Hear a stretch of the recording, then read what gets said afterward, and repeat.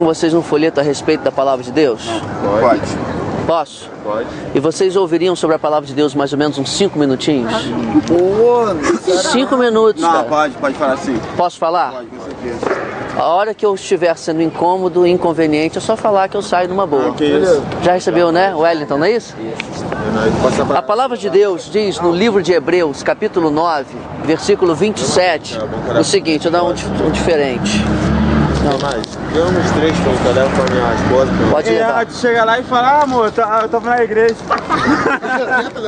A palavra de Deus diz no livro de Hebreus, capítulo 9, versículo 27, o seguinte: ao homem está ordenado morrer uma só vez, e depois disso enfrentar um julgamento. Significa que nós vamos estar diante de Deus para sermos julgados por Ele logo assim que morrermos. Nós não sabemos quando isso será. Vocês são muito jovens, eu espero que vocês vivam muito tempo mais, mas pode ser que a morte venha cedo demais, não sabemos. Então a pergunta: se por hipótese acontecesse uma tragédia e vocês morressem, estariam preparados para estar diante de Deus para serem julgados por Ele? Eu não sei, mas Sim. pô, tinha que rolar uma palavra mais amigável, sem ser de morrer, meu irmão. Pô, nós estamos saindo pra zoeira. Cara, Pô, tudo bem. Você vai morrer. Olha só, eu não estou aqui dando uma profecia, não estou aqui desejando que isso aconteça. Eu estou apenas querendo fazer vocês perceberem que isso é uma hipótese. Isso é uma hipótese, eu concordo que isso é uma hipótese. E às vezes nós não pensamos em coisas tão importantes como essa.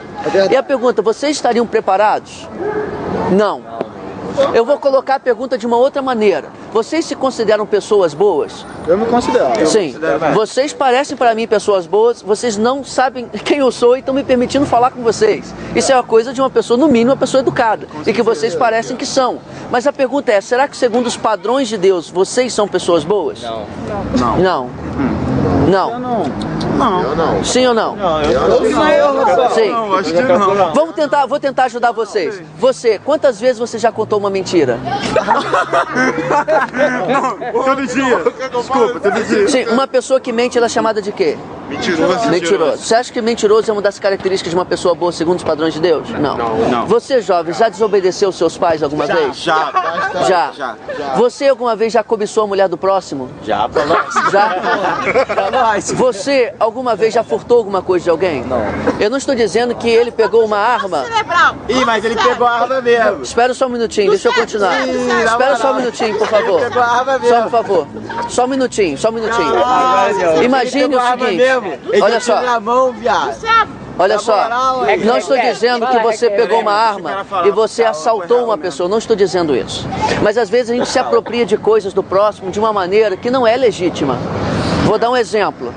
Fruta no quintal do vizinho, já roubou? Eu já. Você fez isso escondido dele, imagino, porque você sabia que estava errado, concorda? Não é uma maneira de furtar? Sim. Na moral, ele mereceu, porque, pô, ele deixava a parada cair podre. Sim, mas olha só. Eu simplesmente fiz o trabalho. Então vou dar um outro exemplo para você. Você. Na sua casa, tem algum CD ou DVD pirata? Tem noção se é certo ou errado? Tem noção de se é certo ou errado? É errado. Entende? Olha só. Então, assim... Tá bom. Olha só, gente. Claro que é mais caro. Por exemplo, aquele carro ali, eu não sei quanto custa aquele carro, aquele Gol. Deve custar aí uns 20 mil, talvez. 15 mil, rapaz, tá maluco? Quanto? 15 mil. Se chegasse alguém aí falando assim: olha, eu tô vendendo esse carro por 500 reais. Sabe por que ele tá tão barato assim? Porque eu acabei de roubá-lo ali em cima. Você compraria esse carro por 500 reais? Não. Você sabe que é roubado. Mas, exatamente. Então um CD que custa 20 reais e alguém vende por R$1, a gente sabe que foi de uma maneira ilegal. Então olha só, percebe o que eu estou fazendo aqui? Percebe? Eu tô apreciando a maneira educada com que vocês estão me ouvindo. Eu queria completar o raciocínio aqui. O que eu estou dizendo para vocês é que segundo os padrões de Deus, vocês já transgrediram vários mandamentos, concordam? Se Deus fosse julgar vocês baseado nas leis dele, você acha que Deus ia considerar vocês culpados ou inocentes? Culpado. Culpado. Você acha que Deus ia te mandar para o céu ou para o inferno hoje? Inferno. Não existe inferno, não. Não existe inferno? De onde você tirou isso? É um palpite? É um palpite? É uma especulação? Você não acha que é perigoso? Eu sei. Presta atenção numa coisa. Peraí, ele vai me mandar, tipo assim, É o que? Sei. É o que então? ele vai me mandar direto. É o que é? Calma aí. Eu vou responder os dois. É o que a Bíblia diz, certo? É o que a Bíblia diz. A Bíblia diz que tem dois caminhos. Amigo, olha só. Independente de se você acreditar ou não, é o que a Bíblia diz. Eu respeito o que você crê, tá certo? Mas o que você crê, você tirou um palpite de algum lugar. Você não acha que é perigoso você apoiar a sua alma, a sua eternidade, só num palpite que você tem? A Bíblia diz que existe. Jesus Cristo foi um cara muito gentil, concorda? Um cara educado. E ele falou que haveria dois caminhos. Uns estariam à sua direita, vinde benditos de meu Pai, e outros à sua esquerda. Ele disse que ele falará: apartai-vos de mim, malditos, para o fogo eterno. Então, se Jesus, que era tão carinhoso, tão gentil, falou que o inferno existe, quem somos nós para duvidar? Então, a questão que eu quero dizer para vocês aqui... Chegou na parada maneira, hein? Concorda? Então, olha só. Mas a Bíblia diz que Deus nos amou tanto.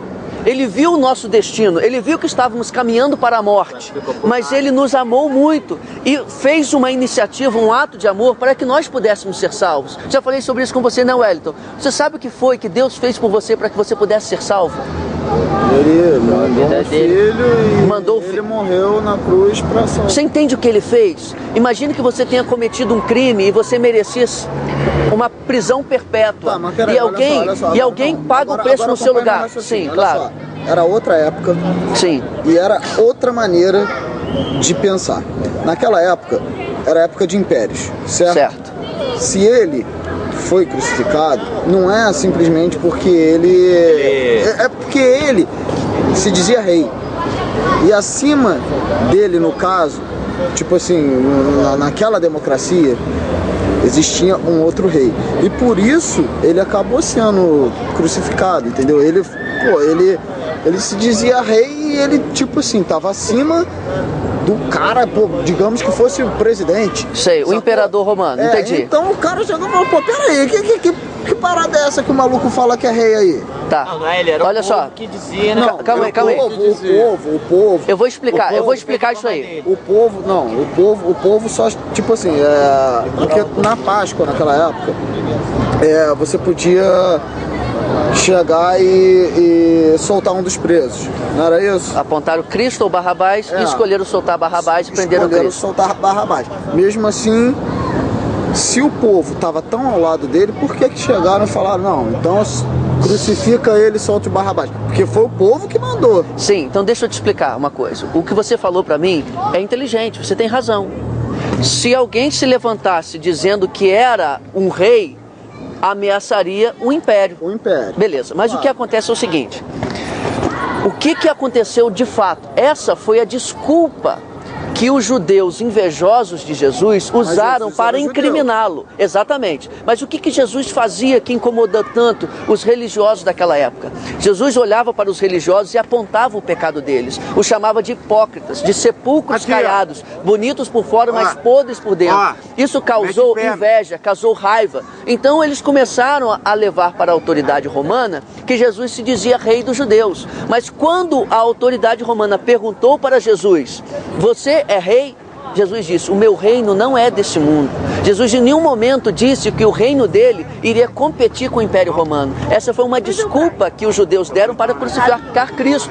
Mas quando Pilatos, que era a autoridade romana, colocou Cristo diante do povo... Antes de chegar a Pilatos, Jesus foi levado ao templo dos judeus, certo? Sim. E ele foi condenado por blasfêmia. Exatamente, então você entende? Eles perguntaram a ele se ele realmente era... Não, eles perguntaram a ele se ele, porque ele disse, olha, eu vou derrubar esse templo e em 3 dias vou reedificar. Ele estava se referindo ao seu corpo, mas disseram que ele estava se referindo ao templo de Salomão. E disseram, como que alguém pode dizer uma blasfêmia dessa, derrubar um prédio desse e fazer outro? Então, observe como você está dizendo o seguinte, então qual foi a desculpa? Ele era rei ou porque ele blasfemava? Na verdade, os homens inventaram uma desculpa para crucificá-lo, porque não puderam suportar o que ele estava fazendo, que era confrontar os pecados. Mas isso nós estamos falando no ponto de vista humano. Eu estou trazendo para vocês um ponto de vista eterno. A Bíblia diz, porque Deus amou o mundo de tal maneira que deu o seu Filho unigênito para que todo aquele que nele crer não pereça, mas tenha a vida eterna. Se nós olharmos no ponto de vista humano, as pessoas encontraram pretextos para matar Jesus, mas isso já fazia parte de um plano eterno de Deus, que era resgatar a sua vida pelo sangue de Cristo derramado naquela cruz.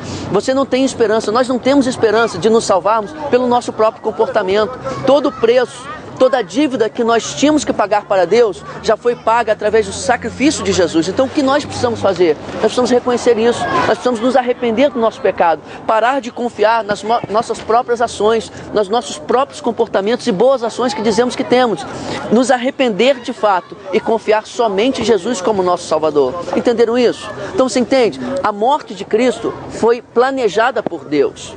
A morte de Cristo já estava determinada pelo Senhor. E Ele fez isso porque Ele te amou, porque Ele te amou. A Bíblia diz, Deus prova o seu amor para conosco em que Cristo morreu por nós, sendo nós pecadores. Então a morte de Cristo foi para nos livrar da condenação que estava sobre nós. Ou seja, então é por isso que Ele chegou para Judas e falou, vai lá e faz o que tu tem que fazer. Tô ligado que tu é vacilão mesmo, vai lá. Ele já sabia, cara. Dura logo. Ele já sabia, exatamente. Ele já sabia que aquilo iria acontecer. De uma forma ou de outra, fosse por Judas ou por outro traidor, a morte dele aconteceria, porque foi o plano maravilhoso, o plano eterno de Deus para a salvação de todo aquele que crer no Filho dele. A salvação é mediante o arrependimento e a fé somente em Jesus. Ele disse, eu sou o caminho, a verdade e a vida, ninguém vem ao Pai a não ser por mim. Então a pergunta que eu faço para vocês, para finalizar aqui, porque eu sei que já tomei o tempo de vocês demais, mas foi também para responder aos questionamentos que foram feitos. Vocês gostariam... Desculpa aí, mas meteu o pé. Fica tranquilo, cara. Valeu. Deixa eu pegar a mão da Cadê braço? Porra, acende aqui pra mim. Da esquerda aqui. Isqueiro aí? Não, tá de boa. É teu? Não, relaxa. Deixa eu... Alguma coisa aí, a conversa Não tem problema não. Eu te agradeço por ter escutado. O copo de vinho é teu? é pra viver. Não, o papo é pra dar pra pegar. Tá? A pergunta que eu faço para vocês. Vocês gostariam de agora... Valeu, brother. É bem. Eu estou dando uma oportunidade e Deus pode ter me enviado aqui para dar essa mensagem a vocês. Vocês gostariam de, nesse momento... Qualquer lugar, tá? Se vocês quiserem, Espera só um minuto. Vocês gostariam de, nesse momento, fazer uma oração a Deus, se arrependendo dos seus pecados e convidando Jesus para ser o Senhor e Salvador de suas vidas? Pô, brother, eu vou te ser sincero, eu não tô nessa pilha não. Não está nessa pilha não? Posso orar pela vida de vocês então, pelo menos? Claro. Se essa mensagem fez sentido para vocês, meditem. Vontade. É a nossa única esperança confiar em Jesus. Deus, obrigado por essas pessoas que aqui estão, que ouviram a Tua palavra, Senhor. E eu te peço em nome de Jesus, que não seja pela minha palavra, porque eu também sou falho e fraco, mas pelo poder do Teu Espírito Santo, que eles possam entender e compreender o que foi falado aqui, e que no coração deles o Senhor possa plantar uma semente, para que eles venham um dia se arrepender e crer e confiar somente em Jesus como Senhor e Salvador de suas vidas. Eu te peço que o Senhor preserve a vida deles até que eles tenham esse momento, em nome de Jesus. Amém. Deus abençoe vocês. Beleza, valeu. Aprecio muito a atenção que vocês deram para a palavra de Deus, tá? Valeu, obrigadão. Muito obrigado. Falou. Fica com Deus.